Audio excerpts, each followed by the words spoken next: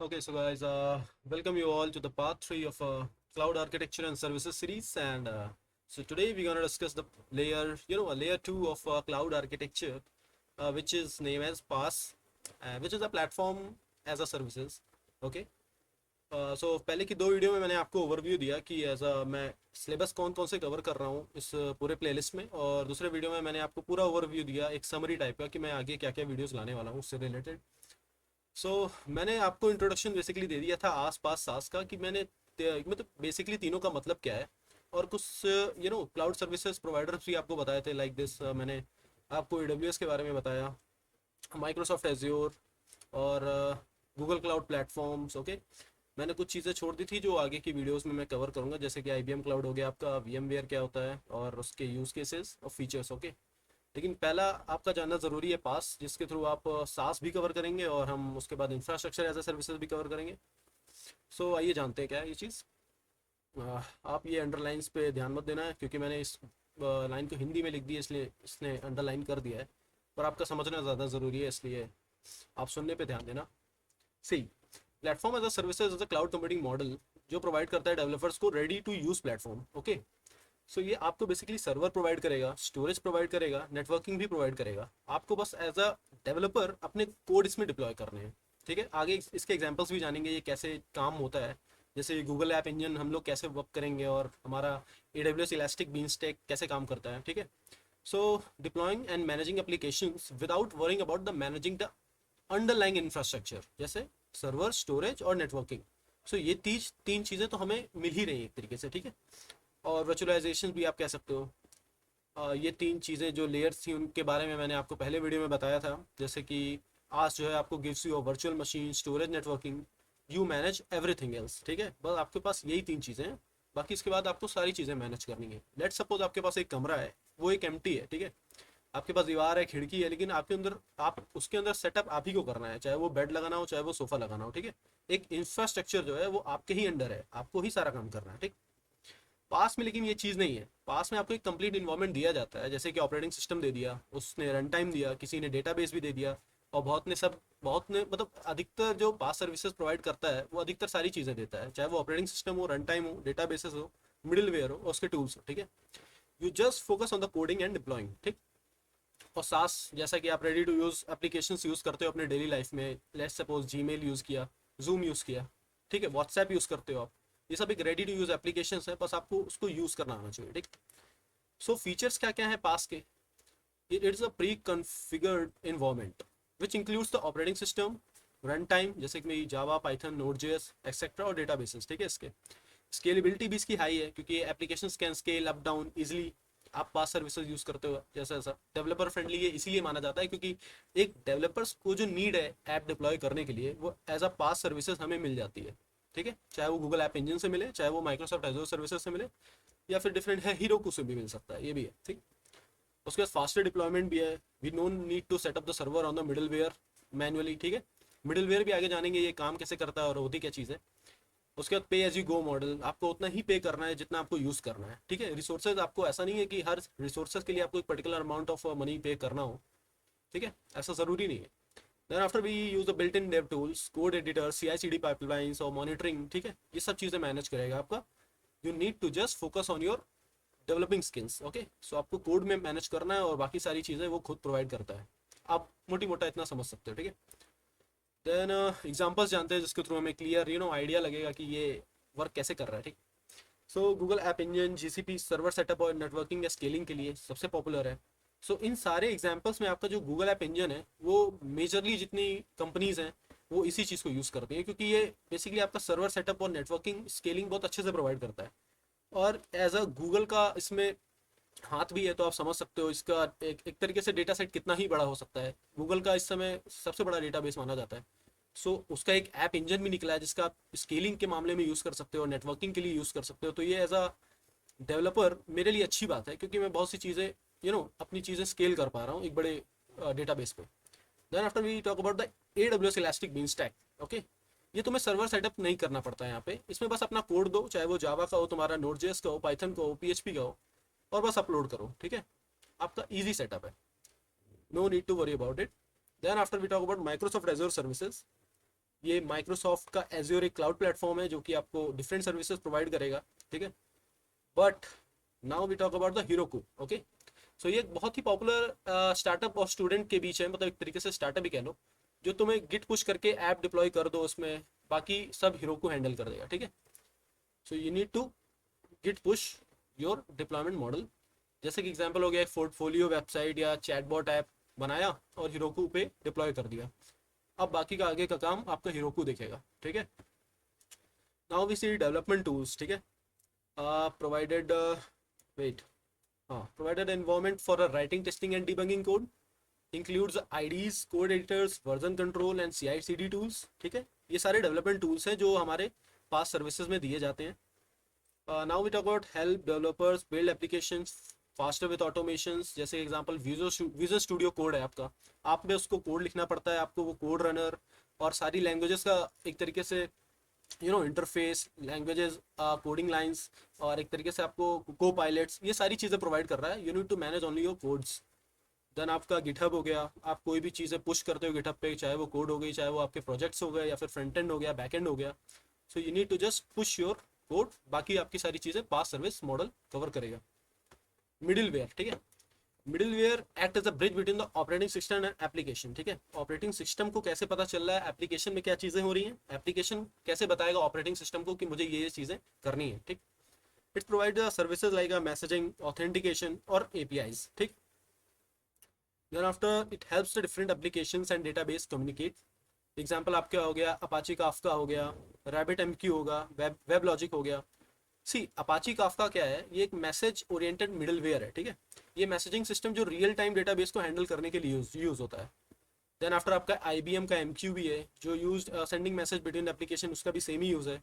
Database भी मिडलवेयर्स में आते हैं, सॉरी मिडलवेयर भी डेटाबेस में आता है, और आपका एप्लीकेशन सर्वर भी मिडलवेयर आता है, वेब मिडलवेयर भी आता है। सी ये सारे एग्जांपल्स आपके सामने हैं, देख सकते हो।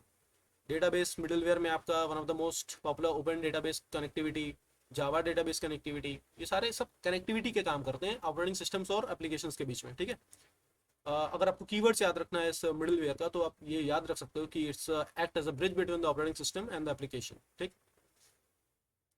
Then after we talk about the web middleware, which is Apache HTTP server, Nginx, Microsoft IIS, ये सब डिलीवर्स वेब सर्विसेज को करते हैं।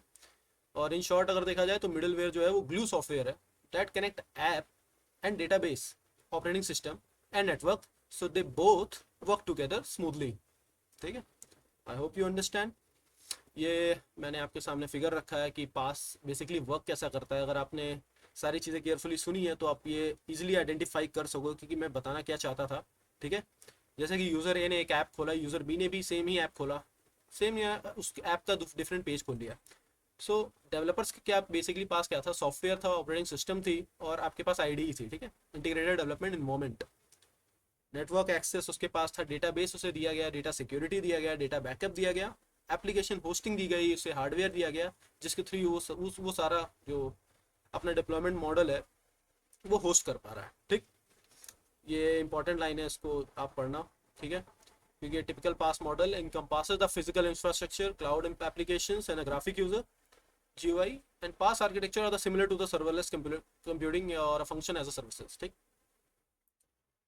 ओके सो नाउ हम इसी में डिस्कस करेंगे कि बेसिकली सर्वरलेस कंप्यूटिंग हमारा क्या होता है, ठीक।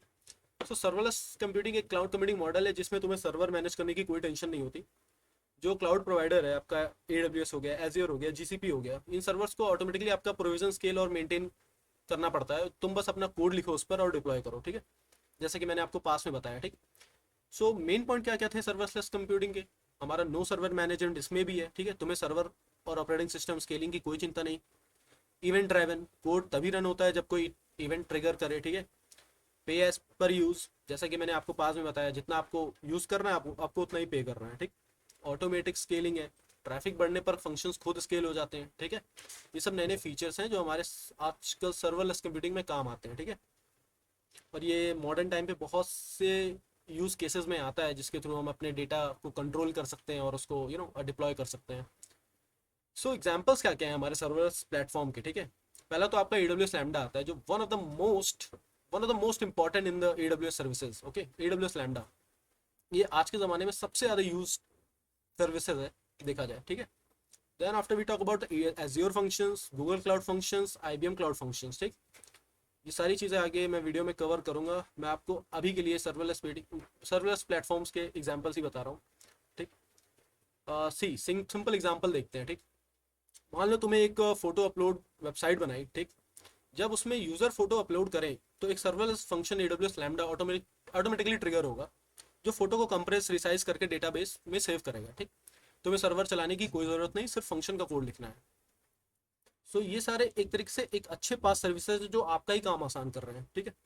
एक सेकेंड, मैं आपको गूगल ऐप इंजन का इंटरफेस दिखाता हूँ, ये वर्क कैसे करता है। सी, तो यहाँ पे मैंने खोला है गूगल ऐप इंजन, ठीक है। आप यहाँ पे पढ़ सकते हो, build a monolithic server side rendered websites, app engine supports popular development languages with a range of developer tools.